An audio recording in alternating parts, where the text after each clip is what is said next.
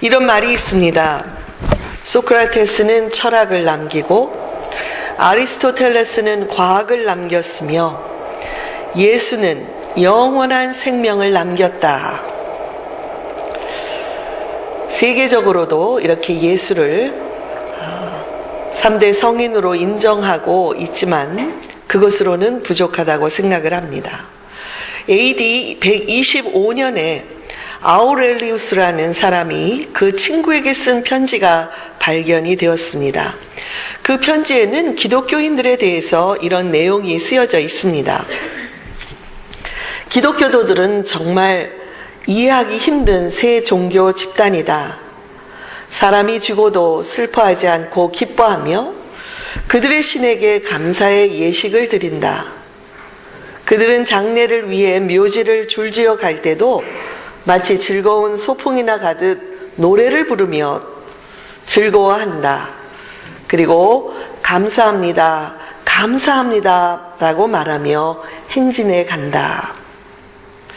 여러분, 이 편지대로 초대교회 성도들은 예수님의 부활과 영생의 확신으로 인해 죽음을 슬퍼하기보다는 그 성도의 영혼이 하나님께로 돌아간다고 믿었습니다. 죽음을 두려워하지 않는 이 부활 신앙이야말로 예수님께서 온 인류에게 남기신 가장 귀한 선물인 것입니다. 오늘 본문의 전장인 누가복음 19장에는 예수님께서 마지막으로 예루살렘에 들어오신 후에 성전에서 장사하는 사람들을 쫓아내시고 그리고 날마다 성전에서 가르치셨다고 기록하고 있습니다. 이에 대제사장들과 서기관들이 예수님을 체포하기 위해서 노력을 했지만 워낙 백성들이 예수님을 따르고 있었기 때문에 어찌할 방도를 찾지 못하고 있었습니다. 그리고 20장에 들어와서는 이들이 얼마나 집요하게 예수님을 책잡으려고 했는지 자세히 보여주고 있습니다. 먼저 1절에 성전에서 이달도 예수님은 복음을 전하고 계셨는데 대제사장들과 서기관들이 찾아와서 이렇게 질문합니다.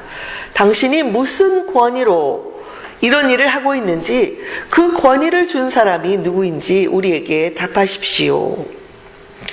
그러자 예수님께서 그들에게 답하신 것은 아무 대답도 하지 않으신 것입니다. 예수님은 그들이 인정할 만한 어떤 직함도 없었죠. 그리고 정치적으로 그리고 종교적으로 어떤 단체에 속해 있지도 않았습니다.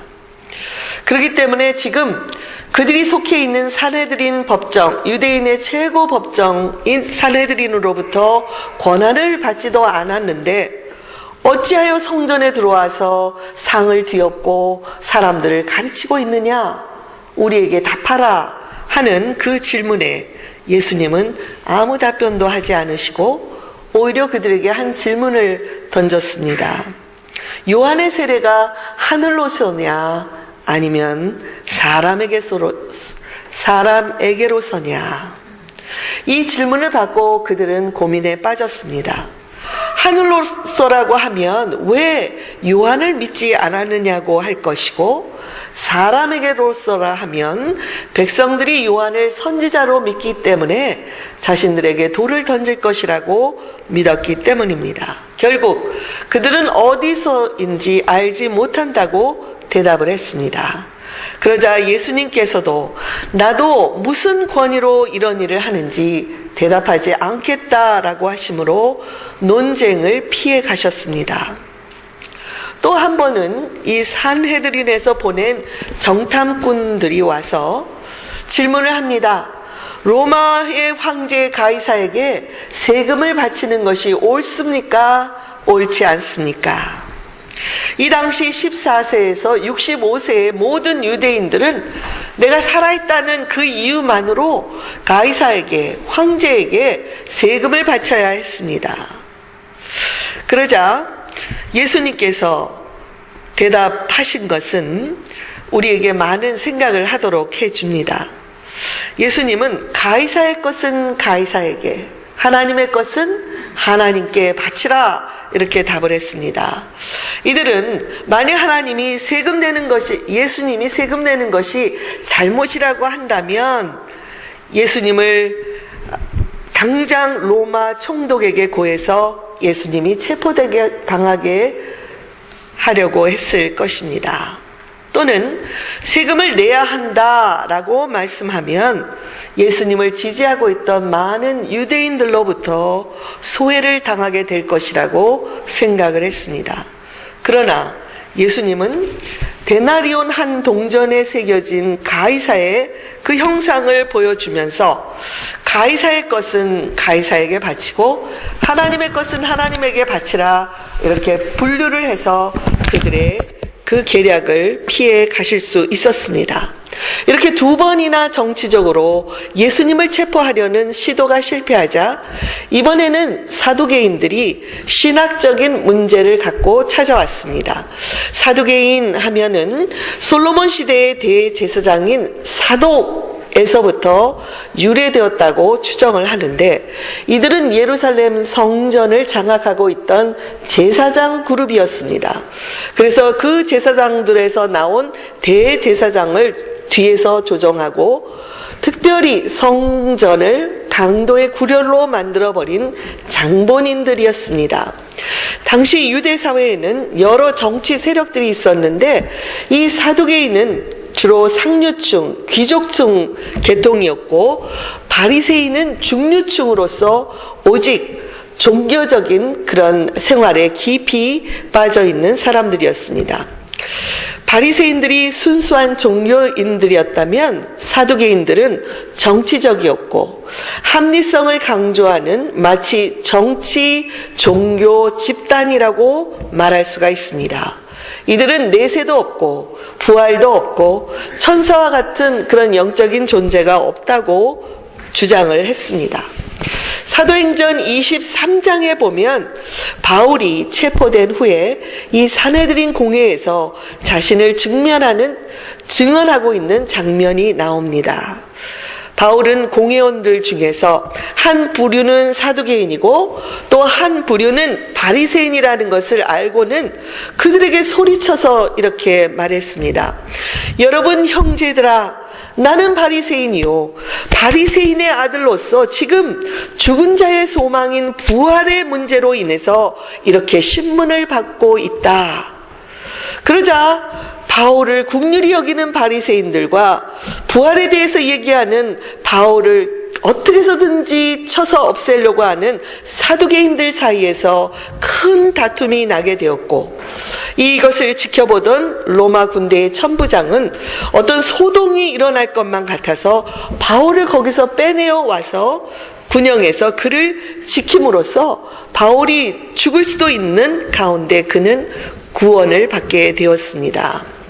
이렇게 대립적인 관계에 있던 바리새인과 사두개인들이었지만 예수님을 체포하는 일만큼에 있어서는 그들은 손을 잡고 지금 협력을 하고 있었습니다. 지금 사두개인들은 예수님께 나와서 신명기 25장에서 모세가 가르쳐준 형수 승계법을 근거로 부활에 대한 질문을 하고 있습니다. 모세의 율법에서 자식이 없이 남편이 죽은 사람은 그 가문을 잇고 그리고 그 재산을 보호하기 위해서 그 동생이 형의 아내와 결혼하여 가문을 잇도록 했습니다. 오늘날에는 이런 것이 참 저희들에게는 이해가 되지 않지만 당시에 혈통을 이어가는 것을 소중하게 여겼던 모세가 백성들에게 준 율법 중에 하나였습니다. 근데 이들의 질문은 아주 극단적인 질문이었습니다. 한 여자가 차례로 7 형제와 결혼을 하였는데 7번째 그 남편도 자식이 없이 죽고 말았습니다. 그리고 어느 날 이 여자도 죽었습니다. 그렇다면 부활의 날에 이 여자는 누구의 아내가 되겠습니까? 라는 것이 그들의 질문이었습니다.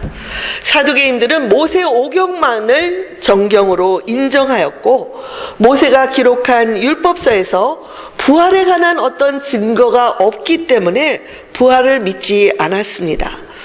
이런 극단적인 사례를 통해 부활을 가르치는 예수님을 곤란하게 만들고 부활이 얼마나 허황된 건지를 입증하려고 했던 것입니다. 그러나 예수님은 답변을 통해서 오히려 우리에게 천국이 어떤 곳이라는 것을 더 구체적으로 가르쳐주고 계시고, 또한 동시에 예수님께서 십자가에 죽으시고 3일 만에 부활할 것이라는 이 예수님의 그 말씀을 깨닫지 못하고 있었던 제자들에게 부활에 대한 믿음을 가질 수 있는 근거를 마련해 주셨습니다. 이제 저는 이 말씀을 통해서 예수님의 가르침을 좀 더 구체적으로 살펴보겠습니다. 첫째로 예수님은 사두개인들이 죽음 이후의 세계에 대해서 오해하고 있다고 가르치셨습니다. 34절과 35절에서 말씀하시기를 이 세상의 자녀들은 장가도 가고 시집도 가지만 부활의 자녀들은 장가가고 시집가는 일이 없다고 말씀하셨습니다. 여러분, 장가도 안 가고 시집도 안 가면 천국은 무슨 재미로 사나 그런 생각이 드십니까? 사두개인들은 죽음 이후의 세계에 대해서 관심 없이 살아가는 사람들이었습니다. 그래서 그들은 세상의 것, 땅의 것에 관심을 갖고 장가가고 시집가면서 먹고 마시고 살아가고 있었습니다. 그들은 세상의 좋은 것들을 찾아서 다니기도 바쁜데 아직 일어나지도 않은 죽음 이후의 세상을 위하여 시간을 투자하는 것은 어리석다고 생각을 했습니다. 이 땅에서 맛있는 것 많이 먹고 좋은 옷 마음껏 입고 하고 싶은 취미생활 하는 것이 100번 낫지 교회에 나가서 예배를 드리느라 시간을 쓰고 헌금을 내야 되고 거기에 더하여 구제와 선교에 돈을 쓰는 것을 보면서 쓸데없는 낭비라고 생각을 합니다. 그들은 죽음 이후의 세계를 믿지 않기 때문에 오직 이 세상의 모든 것을 걸고 살아가는 자들입니다. 오늘 본문과 같은 내용이 기록되어 있는 마태복음 22장에서 예수님은 너희가 성경도 하나님의 능력도 알지 못하는 거로 오해했다. 부활 때에는 장가도 아니 가고 시집도 아니 가고 천사들과 같이 된다. 이렇게 말씀하셨습니다. 사두개인들이 죽은 후에 세상에서와 같은 결혼 생활을 가질 것이라고 생각한 것은 오해라고 지적했습니다. 그렇다고 남편과 아내가 천국에서 서로를 알아보지 못할 것이라고 말씀하는 것은 아닙니다. 저는 어느 정도 천국에서 우리들이 서로 알아볼 수 있을 거라고 생각을 합니다.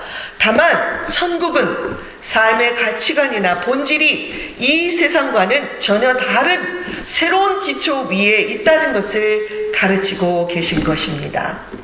사두개인들은 제사장들로서 성경도 하나님도 잘 알고 있는 것처럼 말하고 행동을 했지만 하나님을 안다면 당연히 믿어야 할 영적인 세계나 천사나 마귀와 같은 영적인 존재를 인정하지 않았습니다. 더욱이 하나님의 형상으로 지음을 받은 인간, 우리가 영적인 존재라는 것을 몰랐습니다. 우리는 물론 육을 가지고 있지만 또한 영혼을 가지고 있는 영적인 존재들입니다. 그러므로 인간이 죽으면 끝이 아니라 영혼과 이 육체가 분리가 되어 이 영혼은 영원한 세계로 옮겨지고 육체는 땅으로 돌아가는 것입니다. 바울 사도는 고린도전서 15장에서 죽은 자들이 어떻게 다시 살아나며 어떠한 몸으로 오느냐고 묻는 자들에게 이렇게 대답을 했습니다. 하나님이 모든 피조물들에게 하나님의 뜻대로 형체를 주셨다고 말합니다. 육체라고 다 같은 육체가 아니라 사람의 육체가 있는가 하면 짐승의 육체도 있고 새의 육체도 물고기의 육체도 있다는 것입니다. 또한 하늘에 속한 형체가 있고 땅에 속한 형체도 있습니다. 첫사람 아담은 땅에서 났으니 흙에 속한 자였지만 예수 그리스도는 하늘로부터 나신 영으로 오신 분입니다. 또한 그분은 특별히 예수 그리스도는 육체도 있고 오신 신성과 인성을 다 가진 분이셨지만 우리는 흙에 속한 자의 형상을 입어서 땅의 사람으로 우리 부모로부터 태어났습니다. 그러나 우리가 부활할 때에는 하늘에 속한 예수님의 형상을 입게 될 것이라고 바울 사도가 가르치고 있습니다. 지금 우리가 살고 있는 세상에서 현재 우리가 가진 이 몸이 가장 적합한 것이죠. 그러나 죽음 이후에 영생을 살아가는 데에는 이 몸이 아닌 부활의 몸이 가장 적합하다는 것입니다. 상상을 해보십시오. 이 세상에 사는 동안 우리의 몸은 여러 가지 질병과 고통에서 자유롭지 못합니다. 그러나 부활의 몸으로 다시 새로워지게 될 때에는 질병의 고통이나 노안으로 인한 고통이 없을 것입니다. 암도 없고 불치의 병도 없는 건강한 몸을 입게 될 것입니다. 사랑하는 교우 여러분, 하나님께서 사람과 이 세상의 모든 피조물을 창조하셨다는 사실을 믿으십니까? 또한 그리스도께서 십자가에서 죽으실 뿐만 아니라 부활하셨다는 사실도 믿으십니까? 그렇다면 하나님께서 죽은 자를 다시 살리셔서 부활의 몸을 새롭게 입혀주실 수 있는 능력이 있다는 것을 믿으시기 바랍니다. 둘째로, 예수님은 하나님의 자녀들은 부활의 자녀들로서 천사와 동등하다고 가르치셨습니다. 예수님은 모든 사람이 다 부활하는 것이 아니며 부활을 얻기에 합당히 여김을 받은 자들이라야서 하나님의 부활의 자녀가 될 수 있다고 말씀하셨습니다. 그들은 천국에서 장가가고 시집가는 일이 없이 천사들처럼 동등한 삶을 살게 될 것이라고 말씀하신 것입니다. 여기 천사와 동등하다는 것은 어떤 의미일까요? 먼저 영원한 죽음을 경험하지 않은 존재가 될 것입니다. 또한 천사들이 거룩한 것처럼 죄를 짓지 않을 것입니다. 그래서 죄의 형벌 중에 가장 고통스러운 죄책감에 시달릴 필요가 없게 될 것입니다. 또한 세상에서는 하나님에 대해서 희미한 거울을 보는 것 같았지만 부활의 때에는 하나님을 분명하게 또렷하게 보게 될 것이고 하나님에 대한 충만한 지식으로 형용할 수 없는 행복과 기쁨을 누리게 될 것입니다. 이처럼 하나님의 자녀들은 천국에서 천사들과 동등한 부활의 자녀로 살아가게 될 것입니다. 여러분, 혹시 여러분 가운데 이 세상이 너무 좋아서 오래오래 살기를 희망하는 분들이 계십니까? 물론 사랑하는 가족들이 있는 이 세상이 좋지만 천국은 이 세상과는 비교도 할 수 없는 더 좋은 곳, 하나님의 영광으로 가득 차 있고 아무것도 부족함이 없는 그런 곳임을 기억하십시다. 무엇보다도 천국은 부활의 첫 열매가 되신 누구? 예수 그리스도께서 그곳에 계시기 때문에 좋은 곳입니다. 사두개인들은 제사장이었지만 하나님에 대해서도 부활에 대해서도 이렇게 알지 못하여 어리석은 자들이라고 칭함을 받았습니다. 여러분, 누가 하나님의 자녀입니까? 예수 그리스도를 구주와 주님으로 믿고 자기의 죄를 고백한 자들이 아닙니까? 그렇다면 예수 그리스도를 믿는 저와 여러분도 하나님의 자녀로서 부활의 자녀라는 이 말씀을, 이 약속을 믿으십시다. 우리는 죽은 후에 천국에 가서 영원히 살 것이고 그때 예수님처럼 부활의 능력을 갖고 살게 될 것입니다. 또한 저는 하나님의 자녀들이 이후에 천국에 가서 이러한 부활의 자녀로 살아가게 될 뿐만이 아니라 이 땅에서 오늘을 살아가면서도 부활의 능력을 경험하며 살아야 한다고 믿습니다. 바울은 온갖 죽음의 위협 속에서도 오직 복음을 전하기 위해서 나는 날마다 죽습니다. 이렇게 고백을 했습니다. 예수님도 하늘의 민이 땅에 떨어져 죽지 않으면 그대로 있고 죽으면 많은 열매를 맺는다고 말씀하셨습니다. 예수님 때문에 우리가 죽으면 예수 그리스도께서 우리를 살려주실 것이라는 이 부활의 신앙을 가진 자들은 언제 어디서나 무슨 일을 만나도 담대하게 살아갈 수가 있습니다. 세 번째로 예수님은 하나님을 살아있는 자의 하나님이라고 가르치셨습니다. 저를 따라서 한번 해보십시오. 살아있는 자의 하나님. 죽은 자의 하나님이 아니라 살아있는 자의 하나님입니다. 예수님은 37절에서 죽은 자가 다시 살아나는 부활을 입증하기 위해서 모세의 예를 들고 있습니다. 사두개인들은 모세의 율법을 예로 들어서 부활을 부정하려고 했지만 예수님은 모세가 하나님을 만났을 때의 그 사건을 예로 들어서 그들의 잘못된 오해를 풀어주려고 하셨습니다. 모세가 처음 하나님을 만났을 때에 떨기나무 가운데 계신 하나님을 만났던 걸 기억하시죠? 이 가시떨기나무에 불이 붙어 있지만 그 나무가 타지 않는 것을 보고 모세는 놀라서 무슨 일인가 가까이 다가가려고 했습니다. 그때 그 떨기나무 한가운데에서 모세야, 모세야 하나님께서 그를 불러주셨습니다. 거기서 모세는 이스라엘 백성들을 이 이집트에서 탈출시키고 젖과 꿀이 흐르는 가나안 땅으로 인도하라는 하나님의 소명을 받게 되었습니다. 그때 하나님께서는 자신을 모세에게 나는 스스로 있는 자라 이렇게 소개하셨고 나는 아브라함의 하나님, 이삭의 하나님, 야곱의 하나님이라고 말씀하셨습니다. 예수님은 38절에서 이렇게 모세가 만난 하나님은 죽은 자의 하나님이 아니라 살아있는 자의 하나님이시고 하나님께는 모든 사람들이 다 살아있다고 말씀하셨습니다. 그런데 여기서 사용하고 있는 동사는 현재형입니다. 하나님께서 모세를 부르신 때는 약 BC 1450년경이었습니다.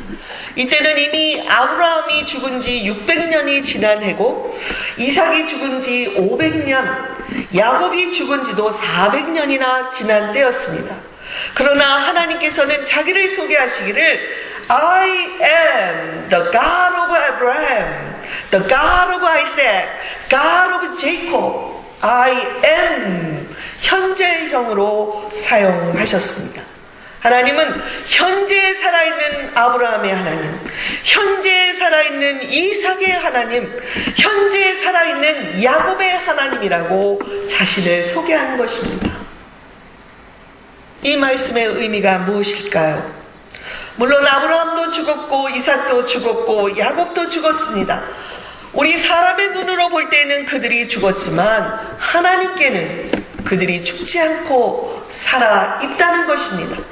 이 말씀은 아브라함도 이삭도 야곱도 죽은 후에 부활해서 다시 살아서 지금 현재 산 자로서 하나님 앞에 영생을 누리고 있다는 말씀입니다. 누가복음 9장 28절에 나타난 변화산 사건을 기억하시죠? 베드로, 요한, 야고보가 주님과 함께 변화산에 올랐을 때 그들의 눈이 열려서 모세와 엘리야를 보게 되었습니다. 모세는 죽은 지 1400년 전 사람이었습니다. 엘리야는 850년 전 사람이었습니다. 그런데 그들이 살아있는 모습으로 예수님과 대화를 나누는 것입니다.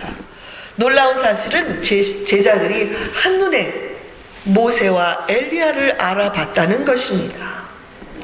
이런 말씀을 통해서 우리가 알 수 있는 것은 죽음은 영과 육의 분리에 불과하다는 것입니다. 주님은 하나님에게는 모든 사람이 살았느니라고 말씀하셨습니다.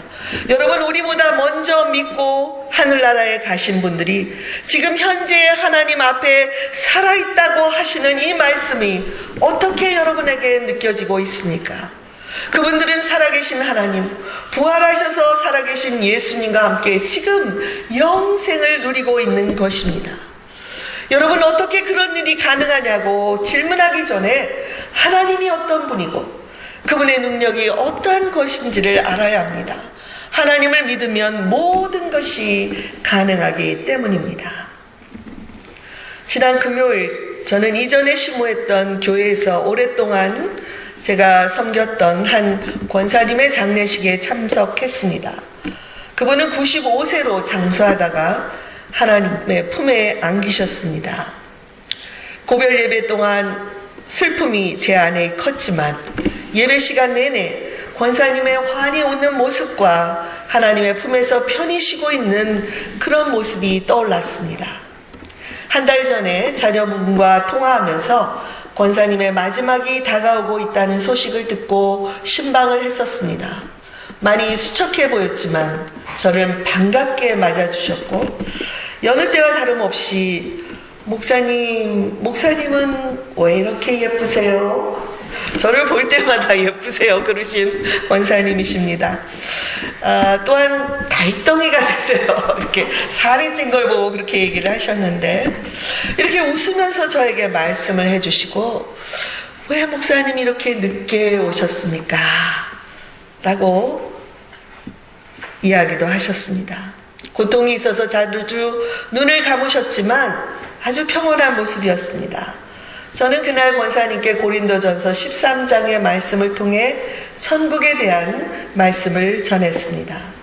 권사님이 평생을 그토록 사랑하신 하나님을 이 세상에서는 거울로 보는 것처럼 희미하게 그분을 만나왔지만 이제 곧 천국에 가시면 확실하고도 분명하게 하나님을, 예수님을 만나뵐 수 있다는 것, 이 한 가지 사실만으로도 천국은 아주 좋은 곳이라고 말씀드렸습니다. 그리고 제가 준비해간 성찬을 드렸습니다. 힘겹게 천천히 성찬을 드신 후에 권사님은 미소를 지어 보이시면서 제 눈을 한참 동안 지그시 바라보셨습니다. 옆에서 지켜보고 있던 따님도 저도 권사님이 제게 마지막 인사를 하고 있다는 것을 동시에 느낄 수가 있었습니다. 눈물을 흘리며 권사님과 포옹을 하면서 그동안 권사님을 알게 해주신 주님께 감사를 드립니다. 이렇게 말씀을 드렸습니다. 저는 확신합니다. 그 권사님이 오늘 천국에서 하나님 앞에 미소 지으며 살아계시다는 것을 믿습니다. 권사님뿐만 아니라 저의 아버님도, 저의 시아버님도, 또 그분들을 포함하여 먼저 이 세상을 떠나신 믿음의 사람들이 현재 하나님 앞에 살아계시다는 것을 믿습니다. 이런 생각을 하면 죽음도 그 어떤 일도 조금도 두렵지가 않습니다. 예수님은 오늘 말씀을 통해서 저와 여러분에게 부활에 관한 교훈을 주셨습니다. 천국은 이 다음에 죽어서 가는 곳이 아니라 지금 여기서부터 천국을 누리는 삶, 살아있는 하나님과 동행하는 삶, 그리고 날마다 그리스도 안에서 죽고 날마다 그리스도와 함께 부활하는 삶을 살라고 말씀하셨습니다. 종교개혁자 마틴 루터는 거대한 이 캐톨릭과의 싸움에서 너무나 많은 어려움을 겪고 시시때때로 좌절할 수밖에 없었습니다. 사방이 막혀 이 개혁의 불꽃이 꺼질 것만 같은 때가 한두 번이 아니었습니다. 이렇게 답답하고 약해질 때마다 루터는 큰 소리로 외쳤다고 합니다. 살아계시다! 살아계시다! 예수님은 살아계시다! 예수님은 무덤 속에 갇혀있는 분이 아니라 부활하셔서 지금 살아계신 분임을 여러분 날마다 선포해 보십시오. 특별히 어려움이 닥칠 때 그 예수님을 부르짖게 되면 곧 사방이 막혀버릴 것 같은 어둠의 문이 활짝 열리고 다시 일어나 새로운 삶, 루터가 다시 일어나 새롭게 개혁의 삶을 갔었던 그 용기를 저와 여러분도 얻게 될 것입니다. 사랑하는 교우 여러분, 우리에게 영생을 선물로 주신 하나님의 은혜에 감사하며 살아가십시다. 아직 부활에 대한 확신이 없는 분이 이 자리에 계시다면 오늘부터 깊이 생각하시고 부활의 신앙을 갖게 되기를 바랍니다. 우리 모두는 이 세상에서의 삶이 끝날 때에 천국 아니면 지옥으로 가게 될 것입니다. 중간에 길은 없습니다. 다시 한번 예수님의 말씀처럼 부활함을 얻기에 합당히 여김을 받는 부활의 자녀들이 다 되어서 날마다 살아계신 하나님을 찬양하는 저와 여러분이 되기를 주님의 이름으로 축원드립니다. 아멘.